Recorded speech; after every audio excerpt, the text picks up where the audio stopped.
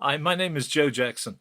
I'm a journalist, author, interviewer, and broadcaster who's interviewed roughly 1,400 celebrities over a 30-year period for all major media outlets in Ireland and many abroad.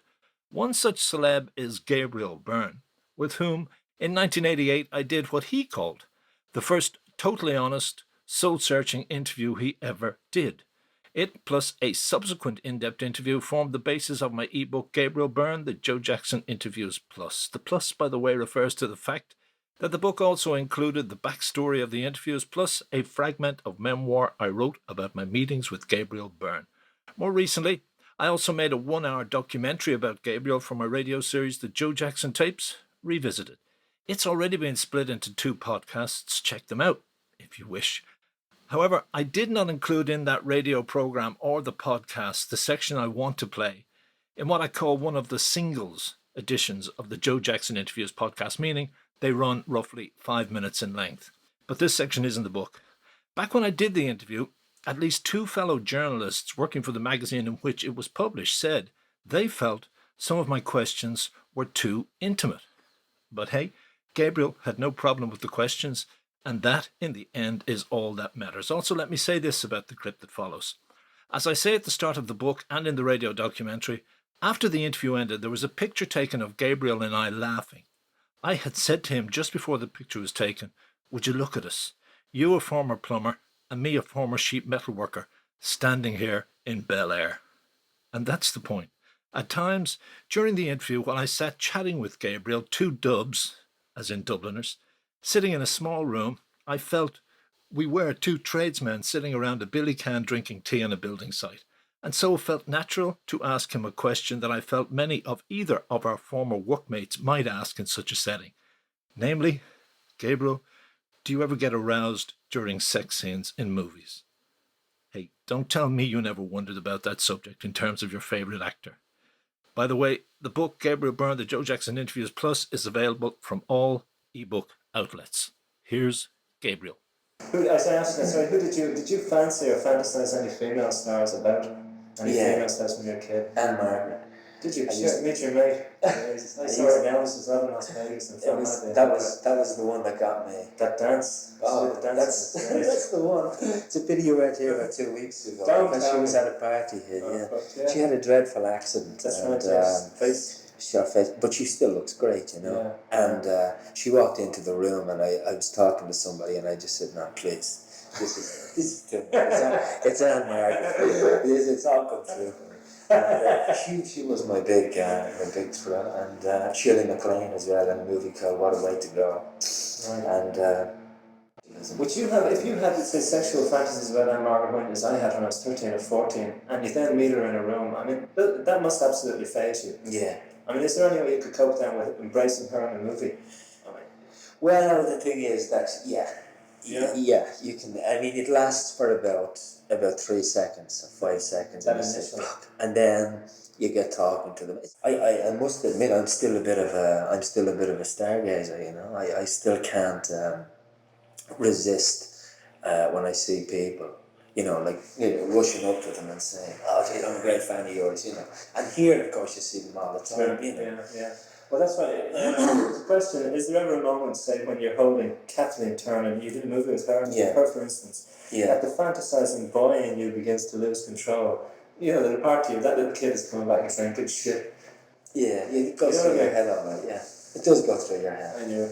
And there's always, I find that there's always 2 voices operating. One is as the person who's doing the work. I'm not saying that the other voice is there all the time. It's not. But occasionally you'd say, "Fucking hell, this is just like unbelievable, you know. I'm getting paid for it. I'm getting paid for this, and here I am doing this. This is astounding." And that's one of the big thrills that I get out of this. I'm beginning to lose it a bit now. You know, I'm getting a bit blasé about it, but. Okay, then there was another question related to that about the kind of thrills. I'm thinking of young boys and not so young, looking at girls, looking at your movies and fantasizing, envying you and what it must be like. If, as in Gothic, you're sitting by a window getting head from one woman while caressing the naked leg of another woman, do you get aroused or do you remain detached? What are you thinking? Well, you know, this is certainly a question I've never been asked before, but I hope so. certainly not by journalists anyway. Well, A lot of people wonder, but probably wasn't asked. Yeah. well, the reality of it is this: that it has happened. I'm not saying it has happened with me, but it has happened, and there are very famous scenes in movies which, like, people on the in know where it actually really did happen. Yeah. Where people actually did Got fuck around. on screen. Yeah, yeah. And they just kept the camera going because it was reality. First of all, when you see two people naked in the bed, you can be absolutely sure, unless they get out of the bed and get out of the bed and walk across the room and you see that they're naked. They're usually covered.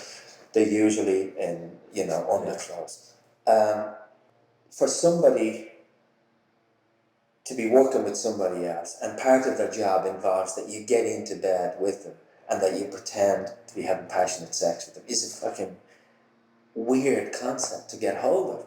So you meet the actress for the first time before the movie starts and you say, how's it going? Okay, and she says, how you doing? Whatever. And the first thing that strikes you is, I mean, she's a lovely girl and all the rest of it. How the fuck am I going to do that scene in the bedroom? How am I going to do that scene? Whatever. And she's thinking the same thing, like, how am I going to get into bed at this point? But it's not just that, there's an entire crew around you as well. Yeah. And sometimes they have closed sets, where they say, like, nobody on the set except just these very, very essential people. Now, I'm not saying that it happens every time, but it is certainly possible that two people in a bed together for an entire day, which it probably takes to shoot a scene like that, it would be dishonest to say that the possibility of people becoming aroused doesn't happen.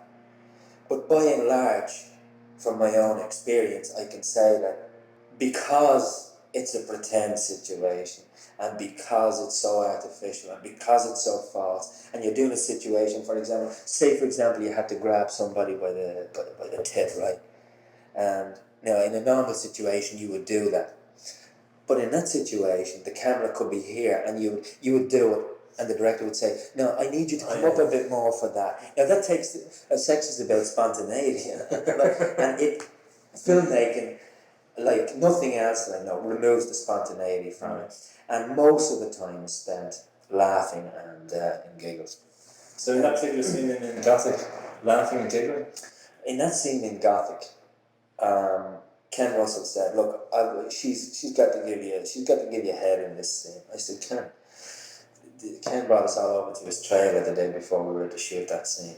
And he had champagne and wine and everything. He said, yeah, go on, drink it. Because I think Ken was hoping that we'd all get, pissed and that we'd all do the scene and recreate the Daffy there. Exactly. So when I said, Ken, what exactly do you mean, Ken, when you say she's going to give me a head? She's going to give you a head. I said, okay, well, how are we going to work out the technical details of this?